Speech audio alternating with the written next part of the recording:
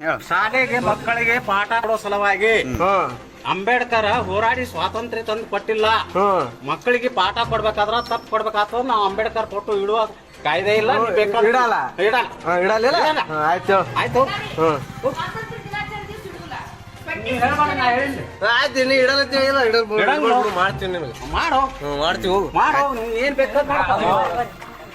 ಸ್ನೇಹಿತರೆ, ಯಾರಿಗೂ ಕೇಳದ ಸಾಕ್ಷಿಯನ್ನು ಬಾಬಾ ಸಾಹೇಬ್ ಅಂಬೇಡ್ಕರ್ರ ವಿಚಾರದಲ್ಲಿ ಕೇಳುತ್ತಾರೆ. ಹೌದು, ರಾಷ್ಟ್ರದಲ್ಲಿ ಶಾಲಾ ಕಾಲೇಜುಗಳಲ್ಲಿ ಮತ್ತು ಸರ್ಕಾರಿ ಕಚೇರಿಗಳಲ್ಲಿ ವರ್ಷಪೂರ್ತಿ ಮಕ್ಕಳ ದಿನಾಚರಣೆ, ಶಿಕ್ಷಕರ ದಿನಾಚರಣೆ, ಏಕತಾ ದಿನಾಚರಣೆ ಹೀಗೆ ನಾನಾ ಥರದ ದಿನಾಚರಣೆಗಳು ನಡೆಯುತ್ತವೆ. ಆ ದಿನಾಚರಣೆಗಳಲ್ಲೆಲ್ಲ ನಾನಾ ರಾಷ್ಟ್ರ ನಾಯಕರ ಫೋಟೋಗಳನ್ನು ನೀಡುತ್ತಾರೆ. ಯಾರೂ ಕೂಡ ಅವುಗಳನ್ನು ಪ್ರಶ್ನೆ ಮಾಡಲು ಹೋಗುವುದಿಲ್ಲ. ಅವರು ಮಕ್ಕಳಿಗೆ ಏನು ಕೊಡುಗೆ ಕೊಟ್ಟರು, ಶಿಕ್ಷಕರಿಗೆ ಏನು ಕೊಡುಗೆ ಕೊಟ್ಟರು, ವಿಜ್ಞಾನಕ್ಕೆ ಏನು ಕೊಡುಗೆ ಕೊಟ್ಟರು, ಯಾರು ಕೂಡ ಸಾಕ್ಷಿ ಕೇಳಲು ಹೋಗುವುದಿಲ್ಲ. ಆದರೆ ಅಂತಹ ಸಮಾರಂಭಗಳಲ್ಲಿ ಅಂಬೇಡ್ಕರ್ ಫೋಟೋ ಇಟ್ಟು ನೋಡಿ. ಅದು ಸ್ವತಂತ್ರ ದಿನಾಚರಣೆ ಇರ್ಬೋದು, ಗಣರಾಜ್ಯ ದಿನಾಚರಣೆ ಇರ್ಬೋದು, ಕಾನೂನು ದಿನಾಚರಣೆ ಇರ್ಬೋದು, ಎಲ್ಲರೂ ಲಾಜಿಕ್ಗಿಳಿಯಲು ಶುರು ಮಾಡುತ್ತಾರೆ. ಸಾಕ್ಷಿ ಕೇಳುತ್ತಾ ವಾದ ವಿವಾದ ಆರಂಭಿಸಿ ಬಿಡುತ್ತಾರೆ. ಸಂವಿಧಾನ ಅಂಬೇಡ್ಕರ್ ಒಬ್ಬರೇ ಬರೆದರ? ಸ್ವಾತಂತ್ರ್ಯಕ್ಕೂ ಅವರಿಗೂ ಏನು ಸಂಬಂಧ? ಹೀಗೆ ಪ್ರಶ್ನೆಗಳ ಸುರಿಮಳೆ ಸುರಿಸಲಾರಂಭಿಸುತ್ತಾರೆ. ಅರೇ, ಏನಿದು? ಯಾವ ರಾಷ್ಟ್ರ ನಾಯಕರಿಗೂ ಇಲ್ಲದ ಚರ್ಚೆ, ಯಾವ ರಾಷ್ಟ್ರ ನಾಯಕರ ಭಾವಚಿತ್ರಕ್ಕೂ ಹೇಳದ ತಕರಾರು ಅಂಬೇಡ್ಕರ್ ವಿಚಾರದಲ್ಲಿ? ಕಾರಣ ಜಾತಿ ವ್ಯವಸ್ಥೆ ಮತ್ತು ಅಸ್ಪೃಶ್ಯತೆ.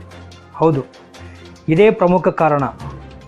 ಅಂದಹಾಗೆ ನೀವುಗಳು ಇವನದ್ದು ಬರೀ ಇದೇ ಕತೆ ಆಯಿತು ಕಣಪ್ಪ ಎಂದು ಮೂಗು ಮುರಿದರೂ ಕೂಡ ಅಂಬೇಡ್ಕರರ ಭಾವಚಿತ್ರ ಇಡುವುದರಲ್ಲಿ ಹೇಳುವ ಆಕ್ಷೇಪಣೆಗೆ ಮುಖ್ಯ ಕಾರಣ ಜಾತಿ ವ್ಯವಸ್ಥೆಯೇ ಆಗಿದೆ, ಅಸ್ಪೃಶ್ಯತಾಚರಣೆಯೇ ಆಗಿದೆ. ಪ್ರಶ್ನೆ ಎಂದರೆ, ಇಂತಹ ಮನಸ್ಥಿತಿ ಎಲ್ಲಿಯವರೆಗೆ, ಎಷ್ಟು ದಿನಗಳವರೆಗೆ? ಎಲ್ಲರೂ ತಿಳಿದುಕೊಳ್ಳಬೇಕಾದ ವಾಸ್ತವವೆಂದರೆ, ಈಗ ಕಾಲ ಬದಲಾಗಿದೆ.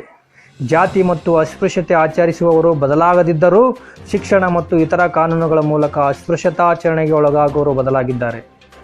ತಮ್ಮ ಹಕ್ಕುಗಳನ್ನು ಯಾಕೆ ನೀವು ಅಂಬೇಡ್ಕರ್ ಫೋಟೋ ಇಡಲ್ಲ ಎಂದು ಕಾನೂನುಬದ್ಧವಾಗಿ ಕೇಳುವ ಮಟ್ಟಿಗೆ ಬದಲಾಗಿದ್ದಾರೆ. ಇದು ಸ್ವಾಗತಾರ್ಹ.